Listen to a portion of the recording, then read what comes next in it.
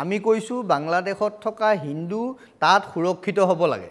বাংলাদেশত থকা হিন্দুৰ ওপৰত অত্যাচাৰ বন্ধ হ'ব লাগে বাংলাদেশত হিন্দুৰ ওপৰত যি অমানৱীয় হত্যালীলা হৈছে সেইবোৰ বন্ধ হ'ব লাগে তাৰ মানে কি তাৰ মানে তেওঁলোকক ইয়ালে অহাটো নহয় তাৰ মানে তেওঁলোকক তাতে সুৰক্ষা প্ৰদান কৰাটো আমি নিশ্চিত কৰিবলৈ আমি এই বিষয়বোৰ লৈ পেলাই প্ৰতিবাদ কৰিবলৈ গৈছোঁ বা এই কথাখিনি আমি তেওঁক অৱগত কৰিবলৈ গৈছোঁ এক নম্বৰ কথা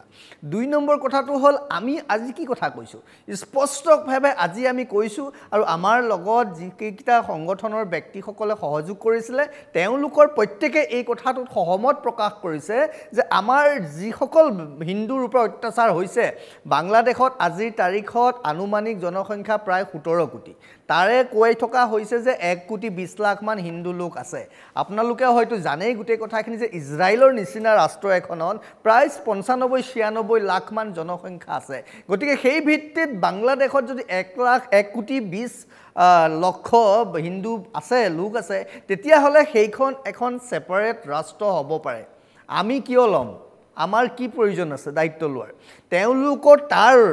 তেওঁলোকৰ তাৰ বাসিন্দা তেওঁলোকৰ তাৰ মাটিৰ অধিকাৰ আছে ভূমিৰ অধিকাৰ আছে তেওঁলোক তাতে থাকক আমি সেই কথাটো কৈছোঁ আৰু সেই কথাটো আজিৰ পৰা আমি পদ্ধতিগতভাৱে স্পষ্ট কৰি দিছোঁ আমি লিখিতভাৱেও সেই কথাটো জনাইছোঁ মই আৰম্ভণিতে আপোনালোকক সেই কথাটো কৈছোঁ আৰু আজি এই মাধ্যমেৰে আপোনালোকক কওঁ অসমৰ ডক্টৰ সমুজ্জ্বল কুমাৰ ভট্টাচাৰ্য ডাঙৰীয়াৰ লগতে যিসকলে বিচাৰে যে ভাৰতলৈ কোনো ধৰণৰ বাহিৰৰ দেশৰ পৰা মানুহ আহিব নালাগে স্পেচিয়েলি ফ্ৰম বাংলাদেশ যি ধৰণৰ পৰিৱেশ হৈছে কায়ে 14 লৈকে এটা সীমা নিৰ্ধাৰণ কৰিছে হেতু যাতে কোনো কাৰণত 24 হ'ব নোৱাৰে হেতুটো সকলোৱে চাব হেতু মই নিজেও চাম হেতু কাৰণে আমি আজি গৈছো তেনেকুৱা পৰিৱেশ যাতে নহয় তাৰ প্ৰিকশন লবলৈ আমি এই প্ৰতিবাদটো কৰিছো প্ৰতিবাদটো বাংলাদেশী আনিবলৈ নহয় বাংলাদেশী হিন্দুক আনিবলৈ নহয় বাংলাদেশী হিন্দুক বাংলাদেশতে সুৰক্ষা প্ৰদান কৰিবলৈ আৰু প্ৰয়োজনত বাংলাদেশক দুভাগ কৰি পৃথক হিন্দু ৰাষ্ট্ৰ প্ৰস্তুত কৰা হওক নিৰ্মাণ কৰা হওক সেই কথাটো কৈছো আৰু আমাৰ এই বিষয়টোত আমাৰ এই কথাষাৰত আমাৰ এই প্ৰস্তাৱত মই বিচাৰিম অসমৰ আসু অসমৰ জাতীয়তাবাদী যিমান সংগঠন আছে সকলোৱে এই কথাটো সহমত প্ৰকাশ কৰিব লাগে কাৰণ সকলোৰে চিন্তা 1 কোটি 20 লাখ যদি আহে কি হ'ব কিন্তু তাত যদি মৰে তেতিয়া কি হ'ব তাত মৰিলে ওচৰ চুবুৰীয়া ৰাষ্ট্ৰ হিচাপে আমাৰো দায়িত্ব আছে গতিকে এইটোৰ সমস্যা কেনেকৈ সমাধান হ'ব আমি ভাবি পাইছোঁ যে বাংলাদেশক দুভাগ কৰি দিয়া যাওক সমস্যা তেতিয়া কাৰো নহয় অসমৰো সমস্যা নহয় ভাৰতৰো সমস্যা নহয় আৰু সেই মানুহখিনিকো বাংলাদেশৰ পৰা সীমান্তলৈ যিসকল হিন্দু বাংলাদেশী আহি আছে তেওঁলোকে পলুৱা বাদ দিব লাগে তাৰ হলনি বিৰুদ্ধে নামিব লাগে এইটো স্পষ্ট ইয়েছ তেওঁলোক ঘূৰি যাওক তেওঁলোকক ইয়াত কোনেও পলৰীয়াৰ কতো ঠাই নাই কোনো পলৰীয়াৰ ঠাই কতো নাই কাইলৈ ইয়ালৈ আহিব আমিও খেদিম প্ৰয়োজনত ইয়ালে যদি আহে কাৰণ তেওঁলোক পলৰীয়া কাৰণ কাইলৈ ইয়াৰ পৰা খেদিব পৰহিলে আৰু ক'ত পলাই যাব তেওঁলোকৰ য'ত মাটি আছে য'ত ঘৰ আছে যি ব্যক্তিয়ে আমাৰ সনাতন হিন্দু ধৰ্ম তত্ত্বই কৈছে যিজন ব্যক্তিয়ে নিজৰ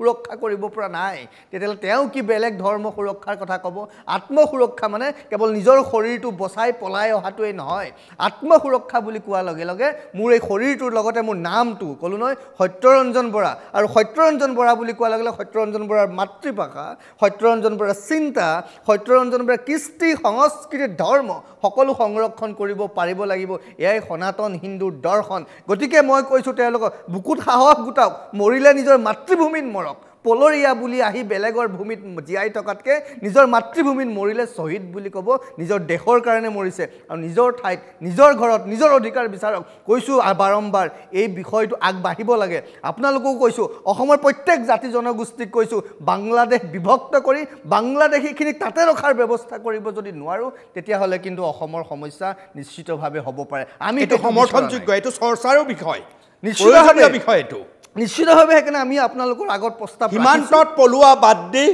তেওঁলোক ঘূৰি যাওক উভতি ধৰক তেওঁলোক উভতি ধৰক কিয় দিব মোৰ মাটিৰ অধিকাৰ আছে তাত ইয়াত কিয় আহিব কি বিচাৰি আহিছে তাতকৈ অধিকাৰ তাত আছে তাত বিচাৰক গৈ তেওঁলোকে অধিকাৰ তেওঁলোকক আমি সেইটো লগ দিম যদি পূব পাকিস্তানৰ পৰা বাংলাদেশ হ'ব পাৰে বাংলাদেশ ভাঙি পুনৰ এখন হিন্দু ৰাষ্ট্ৰ হ'ব পাৰিব তাত কেৱল হিন্দু আৰু বৌদ্ধিষ্টসকলেহে থাকিব পাৰিব তাত কোনো মুছলমান থাকিব কিন্তু নোৱাৰিব এই সিদ্ধান্তও হ'ব লাগিব তাৰ ভিত্তিতে হ'ব তেতিয়া আমাৰ ভাৰতৰো সমস্যা নাই বাংলাদেশ দুভাগ কৰক অলৰেডি কৰিছে, কৰিব পাৰে। কাৰণ কৈছোঁ ইজৰাইলত ৯৭ লাখ মান আছে, হ'ব পাৰে আৰু এখন ৰাষ্ট্ৰ, আৰু সেইখন হ'লে সকলোৰে সমস্যা সমাধান হ'ব।